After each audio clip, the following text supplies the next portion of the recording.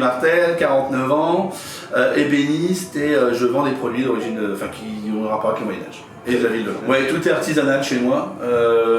J'essaye de travailler qu'avec des sociétés à taille humaine, donc petites, souvent un ou deux propriétaires, en tout cas des artisans, que ce soit pour la confiture ou autre.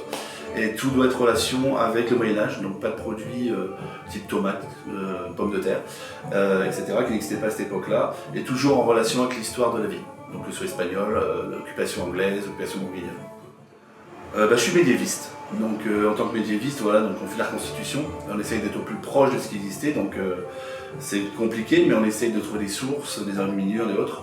Et je me suis mis à la forge au départ, à la fabrication d'alcool médiévaux, donc tout ce qui est Hippocrate, hydromel et autres. Finalement, je me suis pris de passion pour la forge, donc j'ai fait des stages à Berzelsec où je travaillais pour Rempart, sur des stages pour apprendre à forger, faire des ferrures et autres. Et je fais fabriquer le mobilier pour la compagnie, tout simplement. Et à force de faire mobilier, j'ai pris le pli de le proposer aux autres. Puis j'ai vu que ça fonctionnait bien, et qu'il y avait une demande dans ce domaine-là, dans cette niche. Et finalement, je me suis intégré dans cette niche, j'ai fait une formation, j'ai arrêté la grande distribution totalement. J'ai fait des formations qu'il fallait, que ce soit de tourneur ou d'ébénisterie, avec un bac pro, un accéléré. Et depuis, je fais ça, je vends ça pour vivre. Non, ça fait depuis, on est tombé amoureux de la ville, moi j'étais directeur de supermarché avant, et donc on est tombé amoureux de la ville, parce qu'on cherchait une maison pour s'installer, et pour quitter ce domaine de la grande distribution. Et on est arrivé ici, on est tombé amoureux de la ville, et voilà, depuis on est là. Cette boutique-là, maintenant ça fait 6 ans. Ça fonctionne très bien, on a gardé les deux parce que pendant le Covid, pour éviter beaucoup d'aide, parce qu'il faut y beaucoup d'aide, on était tous fermés. Moi je travaillais pour une niche, donc des châteaux, des musées, etc. Et donc du coup on a continué la boutique, on a augmenté la gamme.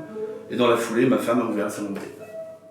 Le salon de thé, c'est sur les femmes de l'an. Donc on reste toujours dans la même optique de travailler pour la ville. Donc on veut utiliser la vie et l'histoire de Lannoise pour la mettre en avant dans nos activités. Donc par exemple, elle fait partie de l'association Suzanne Noël, pour la mise en valeur de Suzanne Noël, qui est l'inventrice, entre guillemets, de la chirurgie esthétique pour les femmes.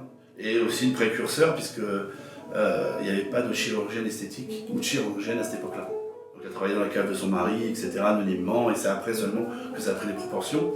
Mais elle a travaillé pour les gueules cassées pendant la guerre, réparé les gueules cassées. Donc voilà, il y a Louise Maco, il y a d'autres femmes comme Berthe Augrampier, qu'on appelle plus, Bertrade Delan, qui était la mère de Charlemagne. Voilà. Donc tout le thème de la boutique et de son salon de thé, c'est sur ce thème-là, donc que le mobilier, la décoration, les 50, le Moyen-Âge. Et on est assez à cheval sur qui fait l'historique de la boîte. Donc on essaye de voir si c'est pas une boîte qui a affilié à un grand groupe, etc. Donc par exemple pour les cafés ou thé, on s'est basé sur une société qui a 4 générations. Donc qui torréfie depuis 4 générations, qui importe le café, qui fait ça traditionnellement. C'est pas une grosse société, même si ça reste, on n'est plus sur le torréfacteur du quartier, mais on est sur des gens qui ont la capacité d'importer des produits d'exception, comme le Blue Mountain par exemple qui vient de Jamaïque, et donc torréfier ça de façon propre et qu'il n'y ait pas de défaut dans la fabrication. Donc il y a toujours une régularité dans la fabrication, qu'on n'arrive pas sur un jour un Blue Mountain qui soit pas bien cuit ou trop cuit, il faut que ce soit régulier. Voilà, de façon à ce qu'à chaque fois on propose aux gens qui viennent le déguster un produit qui soit similaire. Voilà, comme pour les plats cuisinés, comme pour les sirops ou pour les vins. Moi je travaille par exemple avec Dame Claudine sur tout ce qui est vins médiévaux, parce qu'elle se base sur des recettes précises, des enluminures ou des écrits, et elle va chercher ses produits dans les meilleurs produits qui existent en France ou dans le monde. Donc elle va à Rungis acheter le cédra qui correspond à cette recette. Elle ne va pas le chercher au marchand du coin, non, elle va chercher là où ils sont. Chez les spécialistes, et donc je sais que systématiquement ce sera toujours la même qualité.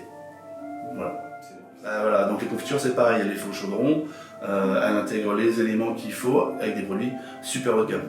Donc le prix fait que, du coup je les vends un peu, ça se vend un peu plus cher qu'une confiture ou qu'un vin normal, mais dans les produits c'est que du bio.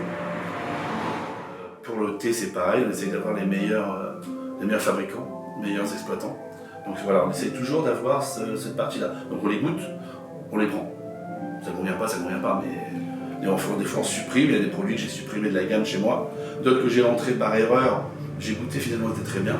mais il y avait par exemple la Navarre d'agneau, il n'a rien à faire chez moi. Il me l'a livré en disant c'est une nouveauté, il me l'a livré, finalement je l'ai là et j'essaye d'éviter de le vendre. Ou j'ai des produits que je n'affectionne pas trop, des pâtisseries ou autres, et je préfère éviter, je dis carrément au client ne le prenez pas. C'est pas au niveau de ce que... Non.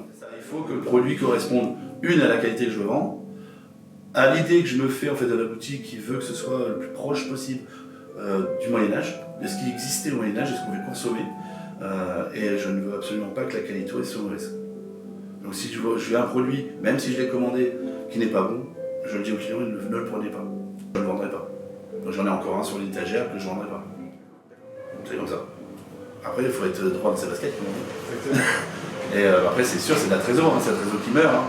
Mais des fois, il vaut mieux avoir une trésor qui meurt et puis satisfaire un client que lui offrir quelque chose qui soit pas de gamme, cher, et finalement, il ne va pas revenir.